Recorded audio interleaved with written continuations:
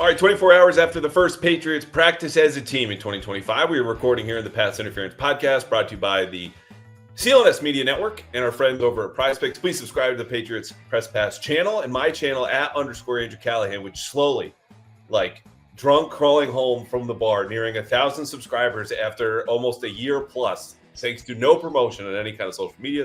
It is Wednesday afternoon, May 21st, a day of celebration in the Callahan household because the breathless reporting over the tush push is over. Fellas, the ruling is tushes can still be pushed. So we push on with Taylor Kyles, the CLNS, with Mike Kadlick of Sports Illustrated, together forming the world famous Patriots Daily Podcast. Welcome back, fellas. Thanks for having us back, man. World famous. That's something. I didn't know we hit that threshold.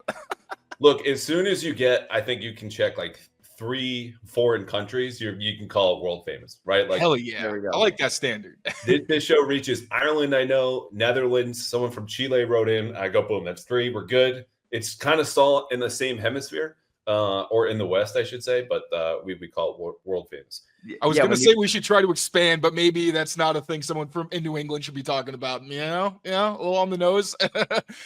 When you get the podcasts statistics and you see, like you said, the Irelands, the Finlands, you're like, these people are actually listening to me in other countries talk about not just football but Patriots football. It does constitute being world famous at that point for sure. Yeah, or I wonder how just my mom figured out how to change her IP so she knows it make me feel better. Like, oh, today I'll be from China as I listen to boost. She saw one of the NordVPN ads. Yes, precisely. All right, I don't know how many people are going to be listening and watching after the Patriots season ended yesterday. Drake Maye throws 4 interceptions at the OTA practice. I don't know how the Patriots will persevere. Let's set the scene, though, because I think this is important. And look, we could do the normal, it's May and non-pads. Like, the non-padded part matters, okay? It was an hour 45-minute practice. They went from stretching to positional drills. They worked on punting, a lot of 11-on-11 periods, and then finished with walkthroughs of 11-on-11s, which was more run game focus. But as Mike Vrabel said, this is a passing camp. That's what it should be labeled, not OTAs. This is a voluntary passing camp. That's really what it is. So no pads. We're not going to see those till the second week of training camp. And here are the guys who are absent. Stephon Diggs, Ramondre Stevenson, Sidney So, Joshua Farmer. Stevenson, all best wishes to him, sending strength as he grieves the loss of his father. Matt Collins and Vidarian Lowe were there, did not participate. Here were the limited names. Kyle Duggar, Jabril Peppers, Morgan Moses, Mike Onwenu, Jalen Polk, Jared Wilson, Jalen Roy, and Marte Mapu. Moses and Onwenu participated more than the rest, but everyone else who I did not list was there. To me, when I think about what was the most important thing from yesterday, and we're going to get to Drake Maye in 4 picks, it was the attendance. Like, this was abnormally high, even for a first-year coach, to have everyone there who could be there basically be there. Yeah, and I think it was kind of nice. There were some spots where you could tell the fact that some guys weren't participating kind of bumped some dudes up, but also giving them a chance to participate more. Maybe we get, Efton Chisholm was one guy who got a lot more snaps. But yeah, at this point in the year, we know how devastating injuries have been to this team over the past couple seasons. So to at least start here is very nice. But, I'm not holding my breath because we have a long, long way to go. But this is obviously a very good start.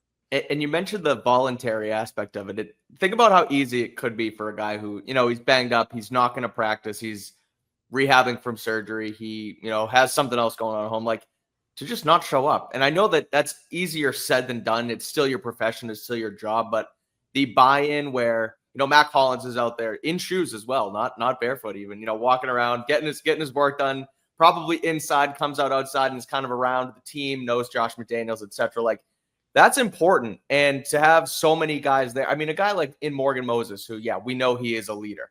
He spoke very highly after practice too. That guy is like a quote machine, as we saw in his first press conference.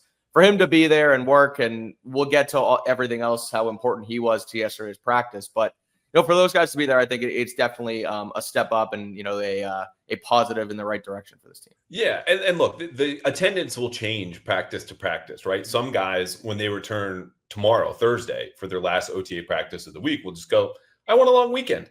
And if they're a little banged up, they can do that. It is voluntary. So this is not to applaud the team in the way that a lot of people are taking Drake Maye's 4 interceptions and be like, oh my God, this guy's falling. Okay. Because you can show up to class every day. And if you still fail every test, like, you're not getting a thumbs up on the way out. So there's a balance here. But if you're looking to see things that match up what you're hearing, right? Everyone's talking about buy-in since Vrabel got there.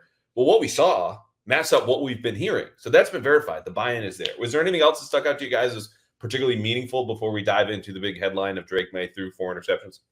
I would maybe just kind of add on to that point because, like you said, the buy-in and the fact that it actually followed through is huge because, like Mike Vrabel give the Bill Belichickian, like, it's voluntary, voluntary, like emphasizing it in the way where you're like, this shit ain't voluntary. Like, you got to show up or it's going to be impactful. And not only do you have them there just to check the box, but the Morgan Moses quote really did drive it home where he's talking about the fact that this is a young position group and, where they're the Aaron Rodgers of the world who act like this part of the offseason doesn't matter and that you can be a quarterback who doesn't show up for the offseason program. You've got a veteran like Morgan Moses who, he's been in the league a long time. He's a guy who's been banged up. He has every reason not to be there if he doesn't want to, but not even just because he buys in, but that's also the team bringing in guys who have the character to value their spot as leaders and bring these guys along. So I think that's pretty huge. I love that both you guys brought that up.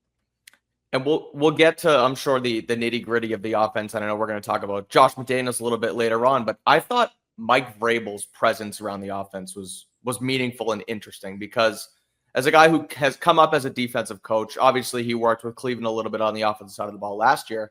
He was really running things on the offensive half of the field where they kind of let the defense and Zach Kerr run itself, essentially, where we've seen over the last couple seasons, Bill Belichick, defensive head coach, Drake Maye, defensive head coach, Mike Vrabel, seemingly a defensive head coach, but he's really taking charge of the offense. And Josh McDaniels was, for lack of a better term, in a back seat and had his headset on and was calling the plays. But Vrabel was really there with like 5 sets of eyes, understanding what the quarterback was doing, what the offensive line was doing, what running backs, receivers, like he seems like the man in charge of the offense. And I want to see how that continues to evolve, but he really showed his presence on that side of the field. I thought that was intriguing. It's a really good point by you, Mike, because, when you think about Josh's offense in a very basic, but big picture sense, it's so different from the Matt LaFleur, Arthur Smith offenses, that you saw in Tennessee with Mike. But what those offenses did in Tennessee were mirrored Mike's personality, how they wanted to play offense with him as the head coach. And when we heard from him before practice, he specifically used those words of what we want to do on offense. It's not what Josh wants to do. Okay. Right. It's what Mike Vrabel wants to see. And so I think that will reveal itself, maybe not formationally, maybe not from a play calling standpoint, or even like really dive into the, Mike doesn't want to run as many, post wheel combinations or option routes or whatever you want to define Josh McDaniels' offense. But the run pass split will be interesting because when we talk about the team being made in Mike Vrabel's image, it's not just the defense. It's not even just the special teams. I mean, it'll be an interesting dynamic to see that push and pull of is it Josh's show or Mike's show. Did you see anything like that, Taylor? I think so, and it kind of reminded me of what it was with Belichick. Like, we had some conversations before Josh McDaniels was hired, even when he was, about can he handle it with his ego and everything? Like, we know what's happened as a head coach, and, there's been some issues there. But when he's been an offensive coordinator, it's been fine. He's told stories about how Bill would come into his office and be like, all right, we need to run the ball, 30 times a game. Or he'd give him these obscure kind of directions, and Josh is sitting there like, so do you want me to do this or do you not? So like he's used to kind of being the guy who, like Elliot Wolf, it's like, hey, Vrabel's going to tell you like what dinner he wants. You go get the groceries and you make it happen. So that seems like a role that Josh is perfect in because he doesn't have to be the guy that's commanding everything, which is where it seems like is where he kind of starts to kind of go off the rails in terms of being that great leader. But if it's Vrabel's vision and he can just be the guy where it's like, I'm going to use my knowledge to help implement that, I really like it. And it doesn't seem like there's any kind of, tension or anything. It just looks like a Vrabel run ship with a lot of guys that are happy to be doing their job so far. Yeah, and even if there is tension, right? Like, this is football. Like, these are loud, proud guys. We even had Jared Wilson, who in his second interview ever as a New England Patriot, as a professional person in a workplace, asked about his boss and go, yeah, he's short and loud. Talking about Josh McDaniels. Like, We know this from the new players, from Josh being here, obviously, for 20 years. And that's okay. Brady went at it with McDaniels. It's just interesting because when you reference that, it does mirror Bill, who would go in and say, this is how we're going to play the game. This is what I want to do. Basically, here are the ingredients and work within these bounds, but make what you will. Like that's what Vrabel's done. And the only overlap, I think there are a couple overlaps when you think about him and Belichick and how they operate, because he's not on the Belichick tree. Like that's just, it's not a thing. He played here, but the way he will set the week and hand the coaches, this is how I want you to attack or plan or do whatever. This is my vision. Make it come to life is something that's going to come back here with Bill. Whereas Mayo seemed to be, Alex, whatever you want, man, you got it. So head coach of the offense, baby. That's what his role was. Yeah. All right, Drake Maye, 4 interceptions. Mike, let's start with you. What did those show you? We'll get into the plays and nitty-gritty, but like what if anything did those say? Big picture that he's still learning, and it's however what probably single digit days actually fully practicing this offense. So like it doesn't bother me entirely. Obviously you'd rather it be a lot more crisp, and that was kind of what Vrabel said before practice was we want to get in and out of the huddle, we want to have good communication, etc.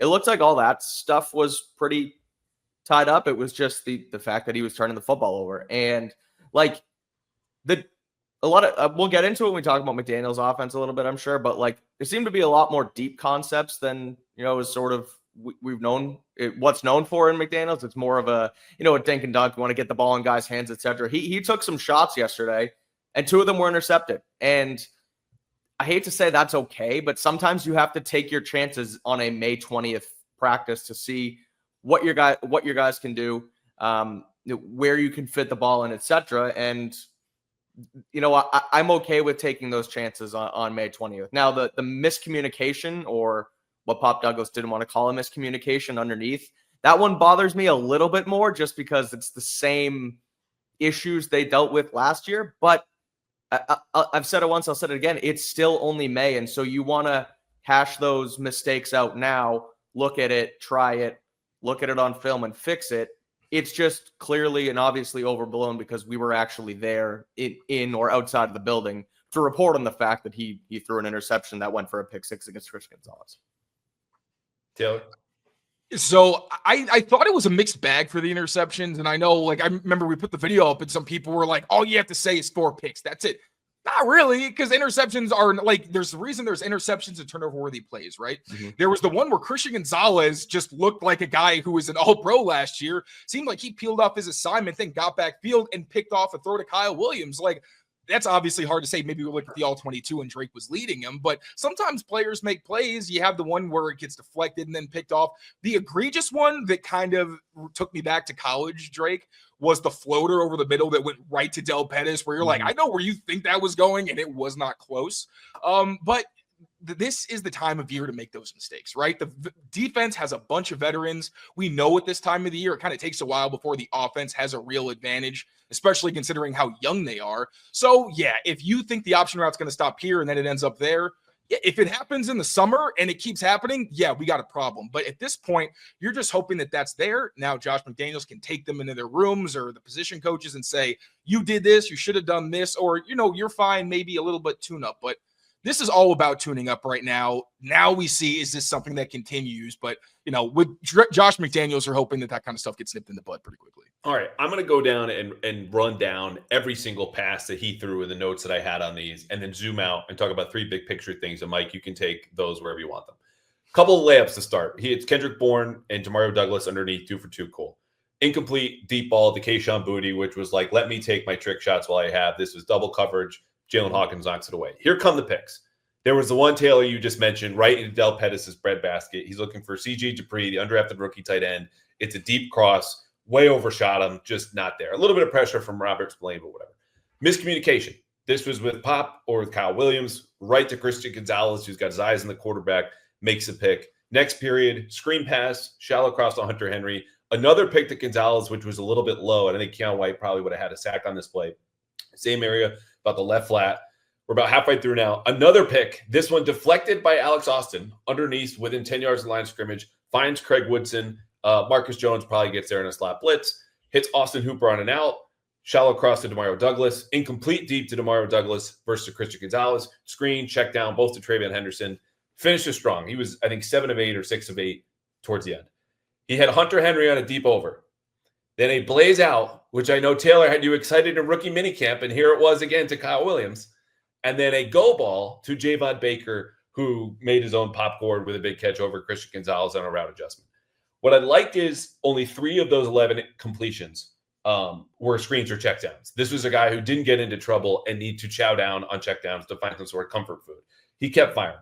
Now, it is interesting, and Mike, you alluded to this. We only go to 3 of what are about 10 OTA practices. If we had showed up Monday, and let's say Monday, which we don't know really what happened, was a great passing day, maybe this is 17-0. Like, those are the headlines. But instead, we showed up on Tuesday. And so the headlines are said, oh, my God, Drake Maye throws 4 picks. Now, that being said, I think the context of not only just everything I just said, but the fact he is a second-year quarterback, still testing his limits of what he can get away with in May and a new offense is important. But the caution is the value of these mistakes lies in the lesson that he can apply moving forward. If they repeat the mistakes, if they become error repeaters, Mike, that to me will say whether this is trouble or not. Right now, Wednesday, May 21st, no pads, all the qualifiers, blah, blah, blah. We don't know yet. We know what happened, but we don't know the meaning of it yet because we don't know what Drake Maye is going to do next to correct it. Well, that's the other thing, too, where you said, what do you do? What do you do with it, right? And even within practice yesterday, he improved down the stretch. And he got better after a couple early bad throws. And like we said, the headline is 4 interceptions. And as you just went through it, they're not all created equal, where 2 of them, frankly, like I'm okay with him taking a deep shot and him getting undercut by Christian Gonzalez. Like, you don't want that to happen every time. But as you mentioned, you're testing your limits. Same with the deflection. Like, sometimes that shit happens. And Taylor, that's more so an interception than a turnover-worthy play.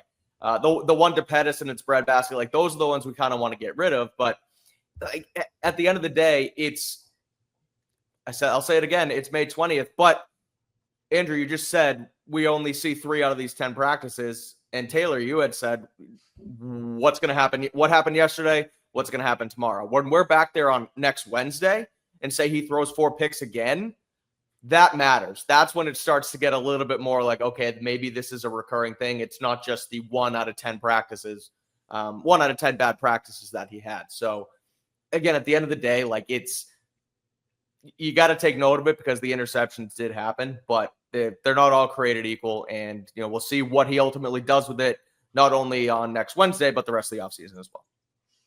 And I'll go to what you said, Mike, earlier about like the aggressiveness. I really love that. We already knew that was part of Drake Maye's game, but I think when people think of Josh McDaniels, they think of the dink and dunk. They think of all the like death by a million paper cuts. If you look at his offense in Las Vegas, that's not what he was doing. Anytime you give Josh guys who can actually win deep, like he'll go deep. We saw it in the 2017 Patriots, obviously 2007, but like he is more than willing. And I think wants to be that explosive offense that can do a little bit of everything. And like Drake opened the competitive periods, like you mentioned, the deep ball to Kayshon Boutte. His deep throws were pretty much on the money, but it was the typical Boutte situation where he's not the biggest guy, not the fastest. So he's not going to pull away and he's really not going to go up and get it. So the ball was pretty accurate, but it was in a tough situation and he didn't come down with it. And then the throw to Williams against cover 2. There were a couple of times where during the really good period, pre-snap, there were places I wasn't sure he was going to go. Like if they go out and cover 2. They didn't disguise it pre-snap, so Drake knew there's going to be a vulnerability on the sideline with that honey hole between the corner and the safety. Hits that. And then the one to Javon Baker. Mike, I was standing next to you being like, Gonzo, Javon. All right, so I'm going to look to the other side of the field because clearly he's not going to go there because of everything that we know. But, he said, screw that. I'm going to give him a back shoulder ball and give my guy a chance against an all-pro corner. So the fearlessness and the aggressiveness in this McDaniel scheme where I think he's going to give him more of those opportunities than maybe we said publicly. That's the part of this that's exciting for me. The growing pains will come. As long as they're not consistent, I think it will just give us more reasons to look forward to the combination of a Drake Maye and Josh McDaniels. But the receivers have to help as well. Yeah, and I want to make one comment on McDaniels, and then we'll put a pin on that because it's a good point about not just the flexibility schematically, but his ability to teach and install those different offenses. Like when AVP was clear, could not run the duck and chuck play action offense that were the bones of everything they did in Cleveland, and needed to adjust and kind of invent some sort of short game and lean into that. He couldn't do it last year. And Josh has done this, as you've mentioned, with different iterations of his offense, and they'll find the pieces. This can all be true as we pivot from Drake. Actually, give me your favorite throw, each of you, after this. It was a bad practice for him. I don't care. And those are both true. Like that's just what it is right now. But your favorite throws, the stuff that made you go, okay, there it is. If there's going to be a highlight here that they put on social and splatter everywhere if you work for Patriots.com, what would that throw have been? Taylor, we probably have the same one, but I love the back shoulder throw to Javon Baker on Christian Gonzalez. Not only for him to test a cornerback of that caliber with a wide receiver who he doesn't maybe necessarily have as much trust in as somebody else on the team, and to give him that shot, for Baker to come down with it. I thought the entire play was pretty impressive, so I'll go with that one. I'll go with, again, the one to Kyle Williams, just because it perfectly exemplifies, along with the Javon Baker, if you don't disguise what you're doing pre-snap, and I think the disguise is where Drake still has some area to improve, like on the interception to pop, but if he knows what you're doing, he is going to go for the option that gives him the best chance at getting a chunk play, especially, in this setting. So that's the one I like, because I didn't really think he was going to go for the honey hole. I thought it was going to be another stick route to Hunter Henry, the way that he starts every single drive. But that kind of thing, it's just a reminder of, even when he plays poorly early on, he doesn't get rattled, and it doesn't discourage him from taking chances like we saw with Mac Jones. We're like, dude, I went back to 2021, and we all think that he just got the yips in 2022. Or like 2023, man, like there's so many times where you see like a little anticipation and it's a chunk, and he doesn't pull the trigger. And every time I'm like, man, Drake and Josh, TM, like this is gonna be really fun to watch. God bless you for going back to the end of Mac at that end of street. Like, I didn't realize what I was getting myself into. Yeah. Just a lot there. All right, we'll leave that in 2021. You mentioned Kyle Williams in that throw, one of his last ones. It was up there for my favorites. He caught 1 of 4 targets. 2 of the others resulted in the pick that we mentioned, in a pass breakup. He got the ball in some other different ways. The thing, though, that stood out to me, and this isn't meaningful yet because it matters what they do with the snaps, but we got a ton of run for Kyle Williams and TreVeyon Henderson and Craig Woodson. Oh, and Will Campbell, who has not been brought up into a podcast as a number 4 overall pick until we're 21 minutes in. So what did you like and not like? Let's just stay with the top 3 offensive guys. Jared Wilson, again, was limited. Really didn't do anything. Let's start with Will Campbell. As much as you guys did or did not watch him, you didn't see a whole lot. I only watched him a little bit, so I have only one thing on him. Mike? Yeah, not much. Like you said, frankly, in a passing camp, when they're not doing much, it's kind of hard to glean a ton from the offensive line. So not much to not like from it. The one thing I liked, and not that it's any surprise, but he's often running as their starting left tackle. Like, they're not messing around. They did not put Demontre Jacobs in there with the first team for 2 reps and then put Will Campbell in. You got to earn your keep. Like, no, you're the number 4 overall pick. We think you're a left tackle. We don't care about your itty bitty arms. You're going to be out there, and you're going to be our left tackle. So I thought that was promising. And yeah, he's the guy. And I also liked from him his want to learn from Morgan Moses. Like, every single time there was an off period, he was in his hip pocket talking to him. And at this point, honestly, we may be making something out of nothing, because I feel like that's been brought up ad nauseum on the social media, in the social media world now. It's catnip for Pat's Twitter, but you know what? Fine. Right. Just call it what it is. Yeah. But I did think it was good, and not just the technique at the end of practice, but just as soon, like, field goal unit goes on, and he immediately goes over to him, talking to him, whether it's technique, whether it's leadership, whether it's, hey, what are you doing after practice? Like, I think that's a cool relationship to see start to kind of bud. I mean, yeah, I was going to go with the Morgan Moses angle as well, because that's what you want to see from your first round pick. Like, Drake Maye was always in Jacoby Brissett's ear, and they were always talking in practice last year. And that does, I think, helps. It doesn't set the standard in terms of like everyone's going to do it, but it does at least set the standard of this guy who is the top pick is not afraid to go to a veteran and try to get better. And not just, after practice. I don't know. Obviously, like with the quarterbacks, they're always so tight. But for a player outside of that room, I don't know if last year we really saw that, where it was a young guy who was consistently asking a veteran about things. So I thought, that angle of it, we could put too much stock into, because we don't have a whole lot else to talk about. But I do like that there's that humility from the rookie to try to learn from a Morgan Moses, who did the same thing with Trent Williams. Like, he talked about how when he was in Washington as a rookie, he had a future Hall of Famer, and he was picking his brain. So it's cool to be able to see that with a player that you're hoping becomes a franchise builder. Yeah, now that I think about it, I mean, the obvious example last year among rookies seeking out mentorship was Drake Maye, right? I mean, he was with Jacoby Brissett in the way that, anytime that you saw quarterbacks early in Brady's career, just they were in the shadow, right, of number 12. They were right there watching, learning, taking notes, et cetera, et cetera. And look, that doesn't mean success now for Will Campbell, because he's just a puppy dog around Morgan Moses, but that doesn't hurt. The one thing I did like about him, because like you guys, it's, for people who go to practice or a training camp and watch as fans, they know this. Like, you get one play. There's no video board replaying what happens. I might ask you guys, did you see this the same way?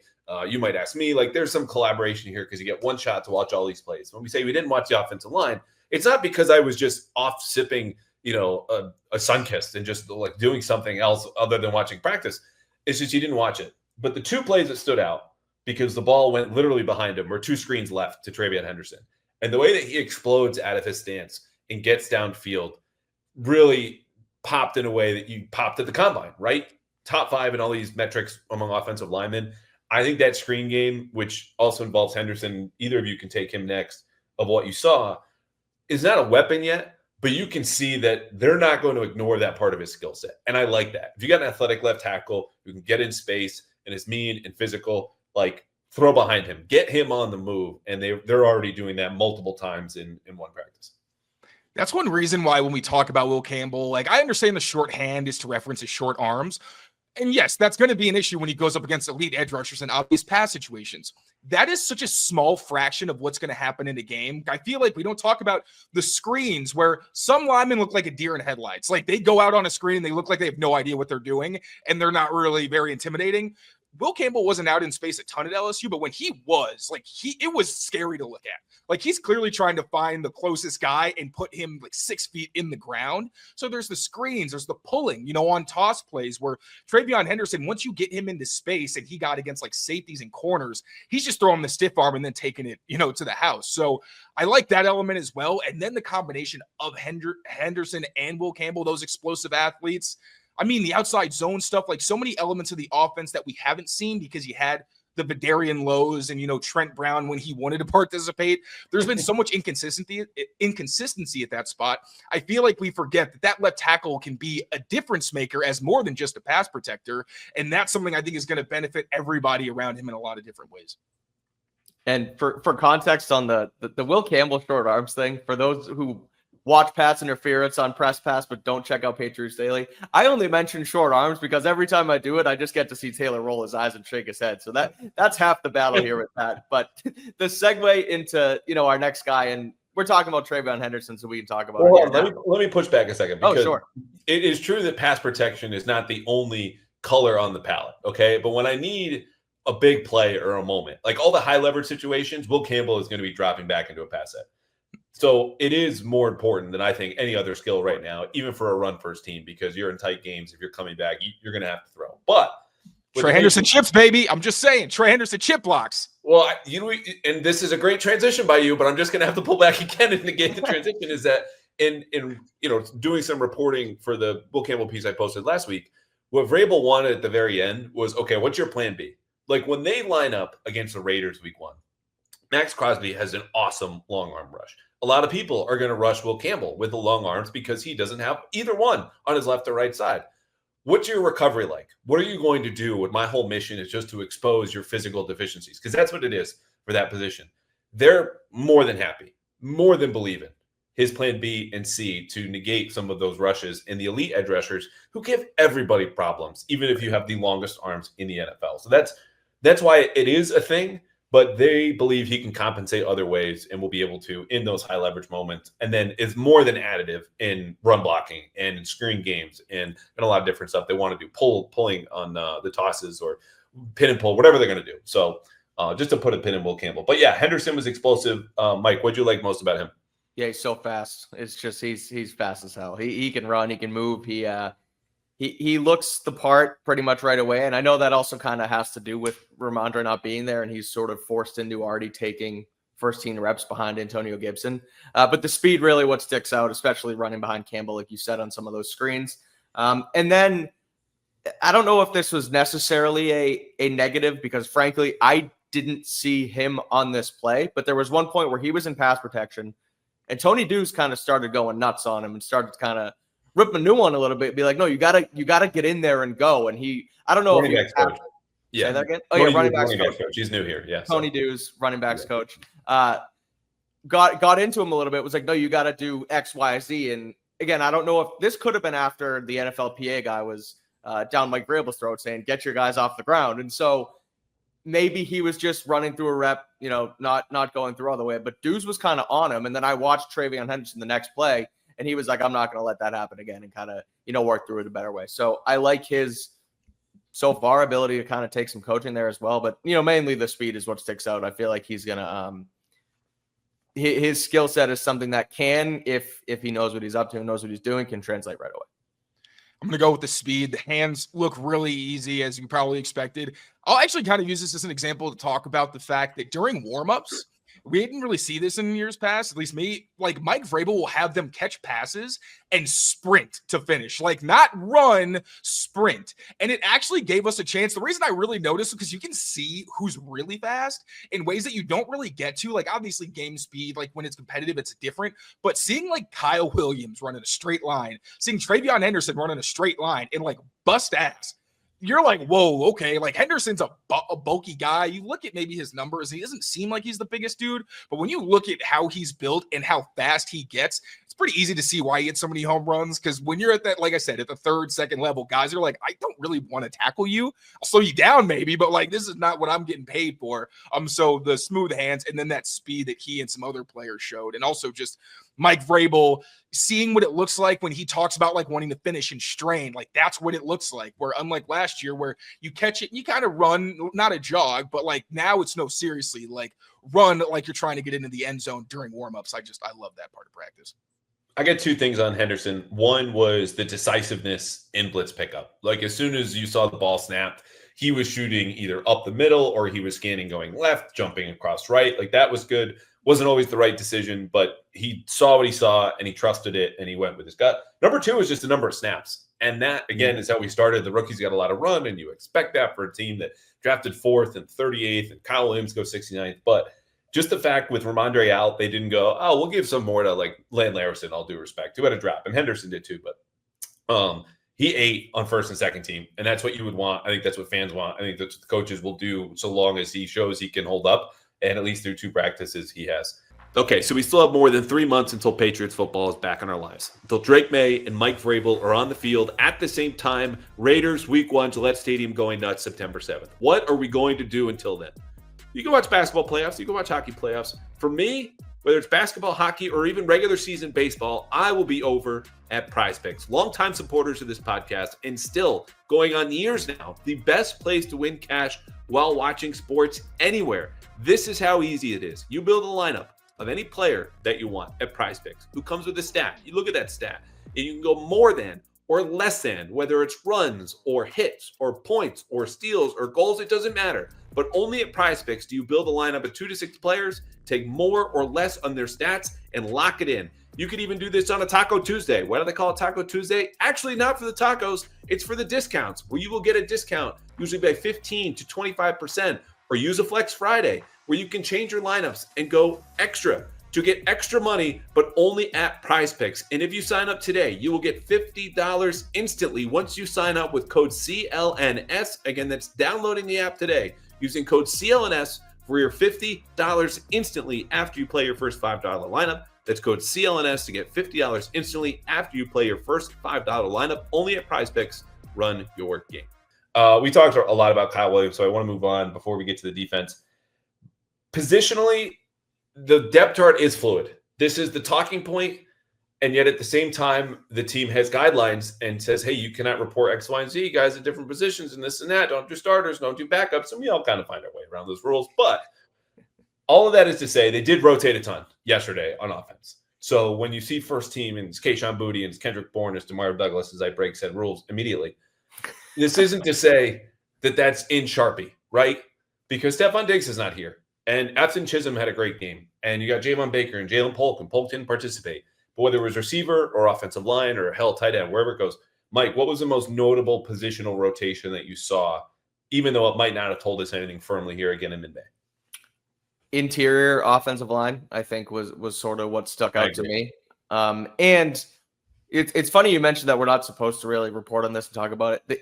The rotations they went through yesterday makes it nearly impossible for us to bring out a starting offensive line, a starting receiver, because they really were moving through a lot where they had those front five guys, but then once they went into 11, the right side left, and they turned that into I think Schweitzer came over, and so there was a lot of rotation there. I thought Cole Strange originally being among the top players at left guard was interesting. I feel like they're going to at least give him a chance to win that battle. A lack of Layden Robinson sort of in the starting mix was interesting. I figured, with what he was able to do last year, I thought, maybe he could be given more of a chance early on. But again, it's super early. But I do think just where not only was it not frankly, Layden Robinson to start, but then also the ability for them to move Cole Strange left to right, Schweitzer left to right.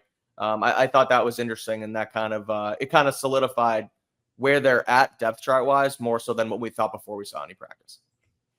I go with the edge spot opposite Harold Landry because going in, that was the one spot on defense where like safety, you kind of wanted to see how it played out and everything. And obviously Peppers and Duggar being limited, we didn't get a great view. But it feels like Landry, one of the higher paid guys, he's going to be on the field probably as much as they can. But then after him, you've got Jennings, you've got Chason, you got Keon White, you've got the rookies. So I was curious how that rotation was going to look. It seems like Keon White, is still going to be one of those top guys. Hopefully he can finally bring the production he has when he's on the inside to the outside. I think that'd really be huge for this defense. Behind him, it looked like Chason was really the main guy as that kind of edge three.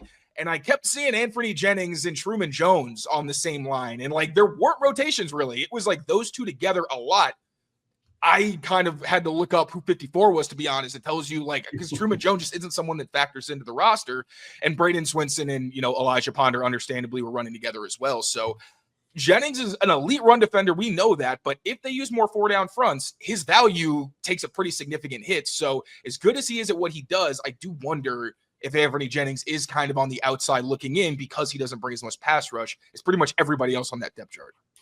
So Taylor bringing us to defense. I'm gonna hit pause and then backtrack once again, really quickly though, because again, the fluidity of the depth chart is a thing. I think one thing to keep in mind is that coaches very often, especially this time of year, will default to the veteran, not because they're rooting for him, but because in certain instances, like left guard, where we saw a lot of Wes Schweitzer, who I think people have forgotten, and he's bounced around, played for the Jets and a little bit at Atlanta, I think, in Washington.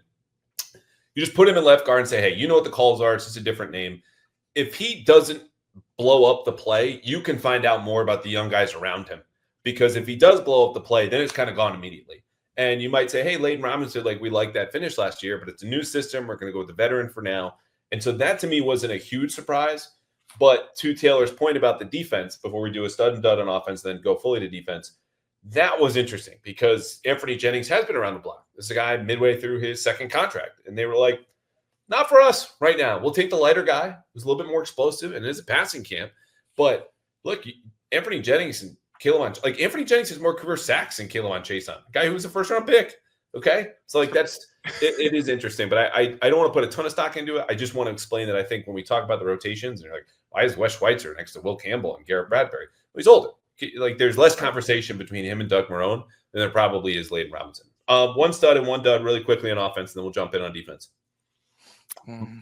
I'll start with offense is hard for a stud because it just wasn't a great day. I'll go with Baker because I thought he made a really impressive play. That was sort of the one. There was a couple other, solid plays, but I think that popped as far as, he didn't get a ton of run, but when he was out there, he made an impact play against Christian Gonzalez.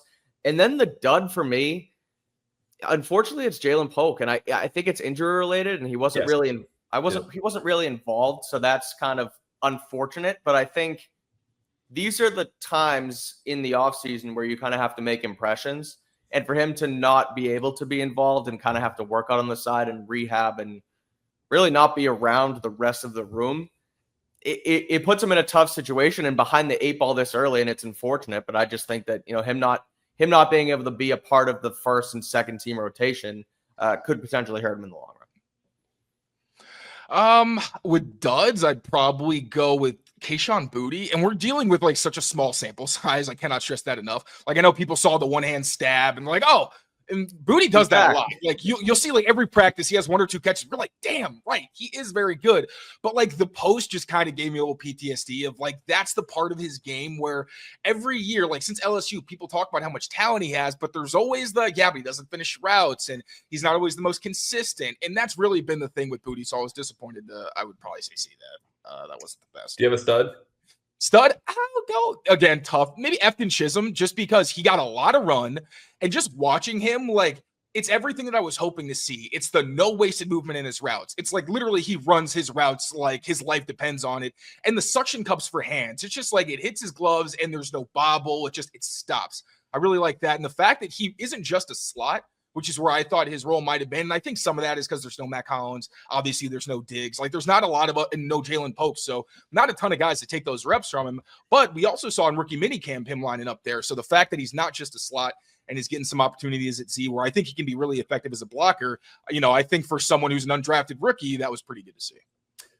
I want to co-sign on Chisholm, 4 or 5 catches, tied for the most targets in team drills. He had the most catches, and he won short and intermediate. So one practice, good for him. Booty 0 for 1 in his targets in team drill. So it was that single post, and then it was, okay, goodbye. You can go kind of take a hike. Dud for me was Landon Larison, and he's another undrafted rookie. He dropped the pass, caught another one. Cool, but did not pop in the way that I might expected for a guy given all the highlights and everything. This does not mean anything, does not affect what I think his chances are of making the roster. For one practice, non-padded, his second ever as a professional football player, just not great. All right, defensively, I would like to bubble wrap Christian Gonzalez. I would like to put him on the shelf. I would like to feed him and have him go for long walks and then just show up on September 7th and play football against the Raiders. Who says no? Well, it's funny.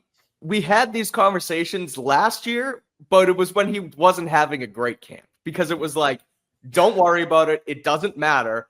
He's going to be fine. He's testing the waters, blah, blah, blah. Just let him go out there on Sunday. And obviously we saw that ascension into a second team All-Pro. I will say I was worried. I at the end was like, I don't know. And to be fair, Coach Flight said he was worried too. He had to ask Gonzo, like, what's going on here? And then he was like, oh, Pellegrino's got me doing some stuff. So it wasn't just, I should have probably been more alarmed than I was. And so for him, though, to take that ascension last year from not a great camp into a de facto superstar, and now he's playing, again, it's one practice. Just like we can't hype up too much the 4 May interceptions, we can't hype up the Christian Gonzalez 2 picks either. But, like, he played pretty well. He's sticky. He's solid. He looks bigger.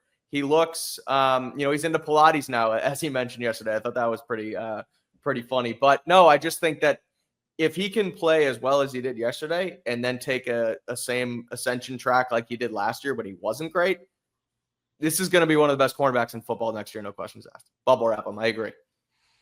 And the Pilates. I mean, he's taking care of his body. Because I was kind of curious. Like, he's with a player like Christian Gonzalez, where you're just like, there's not a whole lot from the naked eye that he can do to get better. Kind of cool to see, trying something a little different. He said it was working out body parts, muscles he didn't know he had. So that's pretty cool. He was also like, this shit's hard, which I don't know. Yeah. 23, 24, whatever age he is. Guys like that in their physical prime who know they're the best at what they do on the whole freaking planet, admitting anything physically or athletically is difficult. And he's like, man, I don't want any more of that smoke. When I asked him, I remember with Tyreek Hill when he played him, I was like, dude, you're like 6'2", like running with Tyreek Hill. That's crazy. He's just like, yeah. He's usually indifferent when you talk about him being a freak athlete. And that was the one time he's like, damn, man, they kind of got me. Yeah. Mike, I'm glad you mentioned last summer because my default line is he was giving up catches, and that's not any kind of crime, especially in training camp. In spring practices are so you F up, and then you can fix it later, which is why, again, we're all underselling. Oh, my God, Drake Maye had 4 interceptions. But by the end of camp, I was like, can I just get a little bit of the guy that I think will be a number 1 corner, and for 4 games as a rookie in 2023 showed that is exactly what he was capable of? I said, can I just see a 5th game before I declare he's an all-pro or not? Sure. He said no, and then proceeded to be a second-team all-pro. And so I don't think this is indicative of anything, but this feels like a pitcher who knows he's got great stuff, and he wants to tinker with a knuckle curve, and it's not landing, and it's outside the zone. And then he's like, all right, well, I'm just going to go to my base stuff, and it's great, and he's going to be fine anyway. So we know that about Christian Gonzalez. What we don't know, though, is exactly how this new defense, which I want to say was Milton Williams, who we talked to a couple weeks ago. Like, okay, what's different about this defense from what you saw in Philly? And his answer surprised me because he said, like, not a lot. This is kind of similar to the Vic Fangio scheme that he used. And that's not entirely true with the overlap. But what did you, Start Taylor, notice big picture about this Mike Vrabel defense that will have a little bit of overlap with the Belichick system we saw for literally 25 seasons consecutively, okay? As the game evolved, it evolved too. But this is a new scheme. This is a new system. What did you notice that was most different? And I think fans will see whether they come to training camp or in the season starting in September. grain of salt because, it's kind of tough to notice on a down-to-down basis, but they are using a lot of those four-man fronts like we thought they were going to. Belichick more rooted in those five-down kind of odd fronts. I still personally think with all the depth they have on the defensive line, that might be the best version of this front. But we saw a lot of Milton Williams and Christian Barmore as the only guys inside and then kind of different edge casts around them. So that's the really biggest difference is they're going to be like the Fangio scheme. It's not as much just reading gaps. You're trying to attack and be aggressive, and there's a little bit more of a mix. So it did definitely seem like the aggressive looks that we were expecting kind of translated yesterday.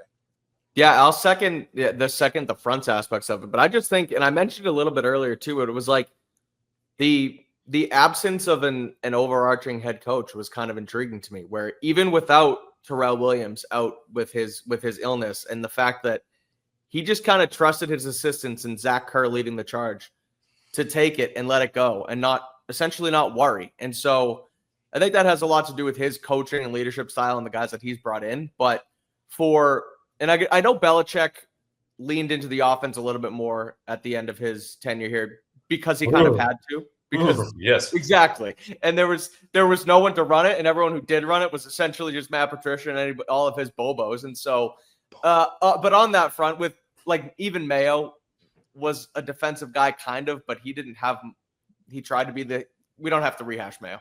Long story short, absence of a head coach presence, but a young staff that kind of just knew what they were doing, was able to run it even without Terrell Williams. I thought that was interesting to see on the defensive side of the ball, and things ran pretty smooth on that kind of front as well.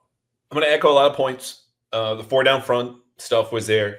You saw, again, a more attacking kind of penetrating style with that said defensive front. There's also a swarm mentality, which a lot of coaches love to talk about. Go to the football, find the football. Dudes are trying to punch the ball out 30, 40 yards downfield. And this is a camp thing, and maybe it fades come week 6 or 7. I don't think it will, because that's how Mike Vrabel played, and that's all that we've heard from him, not just this year, but his years in Tennessee. Like, this is going to be a defense that is going to win sometimes because they're just going to be more persistent than you, more relentless than you. It's not going to, take points off of the board or shut everybody out, but there is a sense of attacking is not just mean playing one gap. It means we're getting after your ass until the refs pull us off of the pile or tell us to stop. The one other thing I'll say, too, because this reminded me, even going back to 18, Vrabel's first year, Patriots go down there right before the bye, get their asses kicked, is that game and have since, a lot of creative four-man rushes. Like I mentioned in the rundown of Drake Maye's passes, Marcus Jones got in unblocked on a slot blitz. You'll have, because of those only 2 defensive tackles, Barmore and Milton Williams that Taylor talked about, everyone else is free to either drop or come, and they're going to mix and match there, which you see sometimes in, designer stuff on third down. The sim pressures, a lot of creepers there, I think are going to be more prevalent even than recent years. But I think the Patriots would wait to get in their bag on third down to get to that stuff. They're excellent at it. But Vrabel's like, no, we're coming now. And I think we saw a little bit of that at practice. All right, positionally, Taylor, you told us about Keon White and the edges and the rotation and Caleb on Chase on in there. Do you have a second choice of the position you looked at? And Peppers didn't play, and Duggars didn't play in the 11-on-11. So, but go somewhere else that you were like, oh, that's a little surprising. Yeah, I kind of went a little early on that one. But the linebacker spot, I'd say opposite Robert Spillane, because you didn't know who was going to start, right? You have the Vrabel guys, you have a returning former starter in Jelani Tavai, and it looked like early on Jelani Tavai was the guy next to Robert Spillane, which again, this is a Vrabel defense. You don't usually go with like the 250-pound middle linebacker, but Jelani Tavai was right in his usual spot, but there also seemed to be a rotation. Like Spillane was working with pretty much everyone. And yes, the roster's fluid, but it felt like there were some positions where like some guys aren't going to leave the field very often. Second level, that was Spillane, but it doesn't seem like that spot next to him is necessarily secure right now, so that's going to be a fun battle to watch.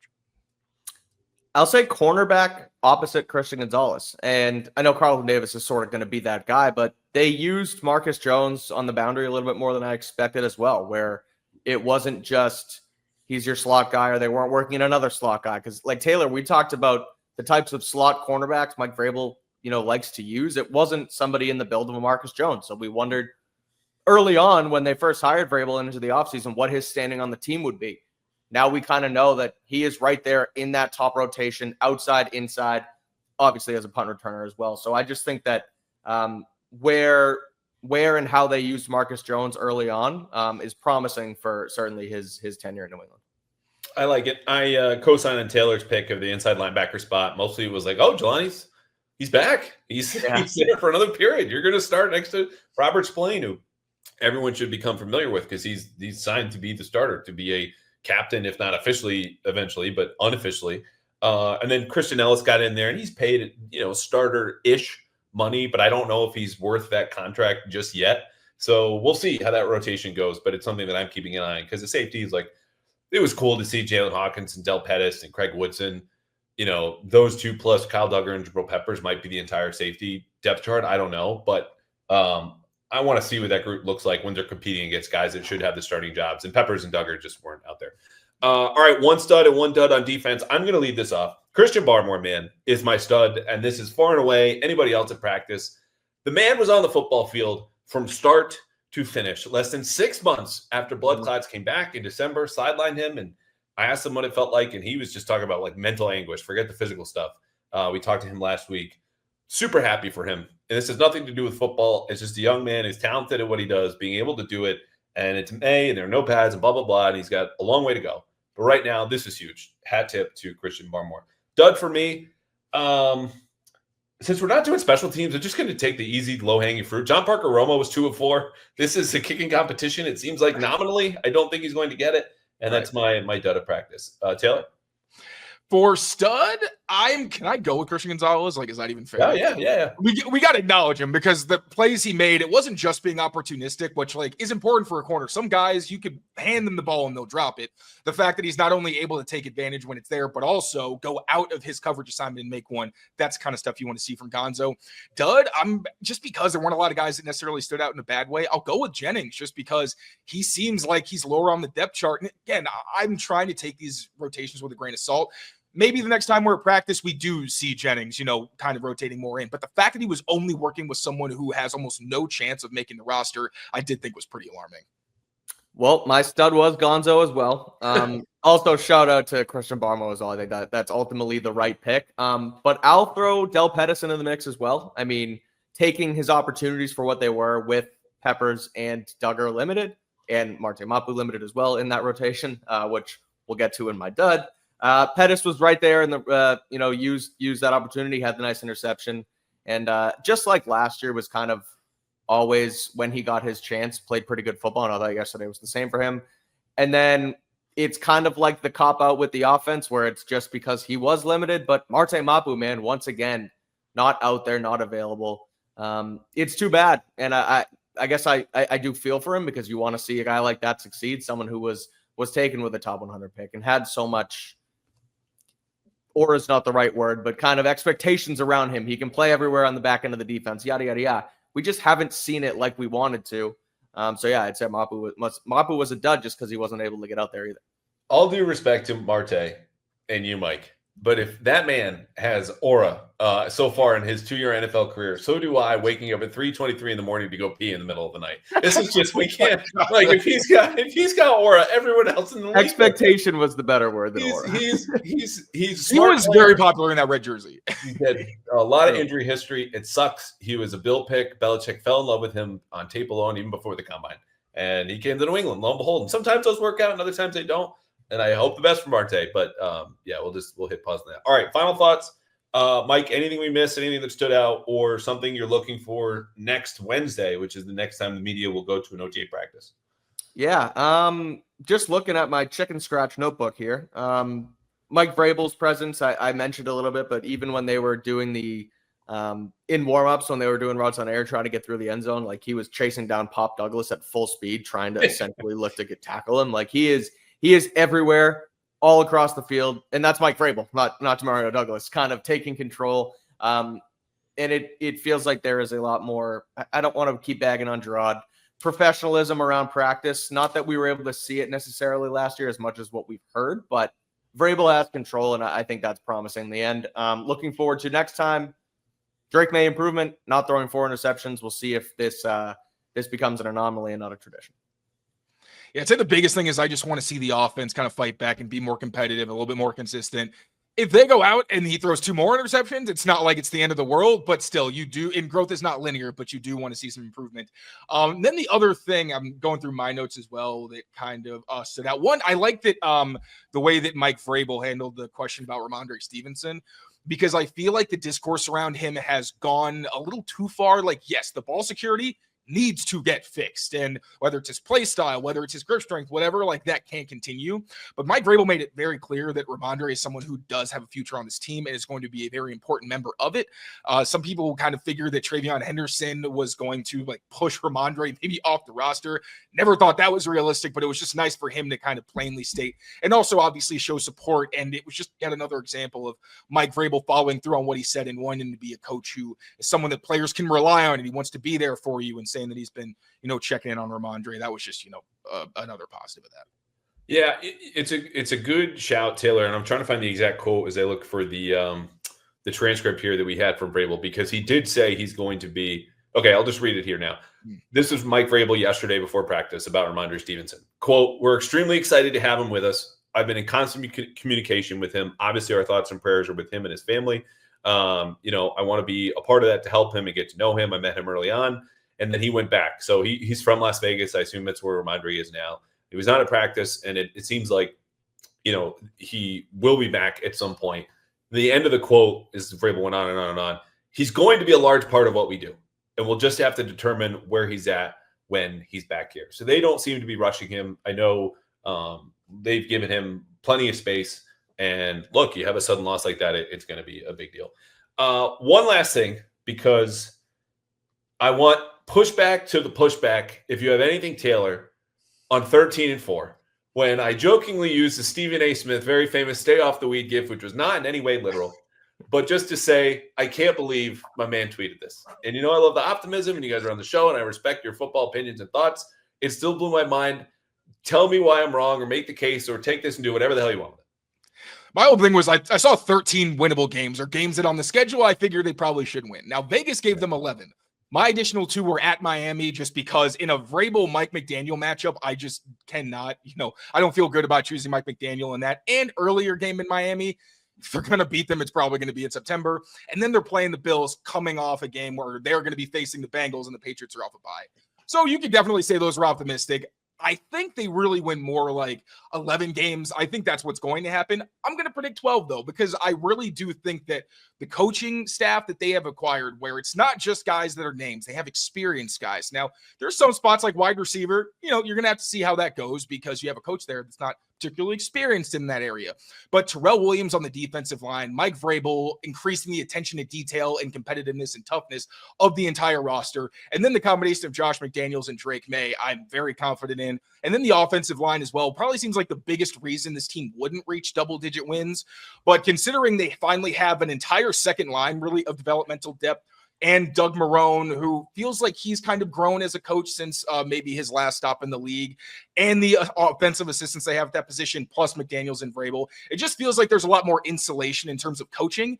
And talent has been an issue for this team, as we all know, but I also think a lot of it has been you can't get anything out of the players you have for the most part because the coaching isn't there. So, yes, I know I don't think they're going to win 13 games, and I know that even 12 is sunny. But I think less than double digits would absolutely be a disappointment, considering you got the quarterback, the coach, and you've got the offensive coordinator, and there's no glaring weak spots or glaring holes on the roster, really just spots where you want to see how they shake out. And maybe I feel differently, by the time we get to or after the preseason, but I really do have a lot of faith in this roster because of the coaching, because of the depth that they've acquired and talent, and also Drake Maye. And not that it's my job to stick up for Taylor. I'm supposed to be the one that kind of pushes back on him. A Twitter screen grab that I tweet out speaks a lot more than listening to our hour schedule release podcast, right? Absolutely. Obviously. And so as we're going through them, you did say these 13 games, I think they should win.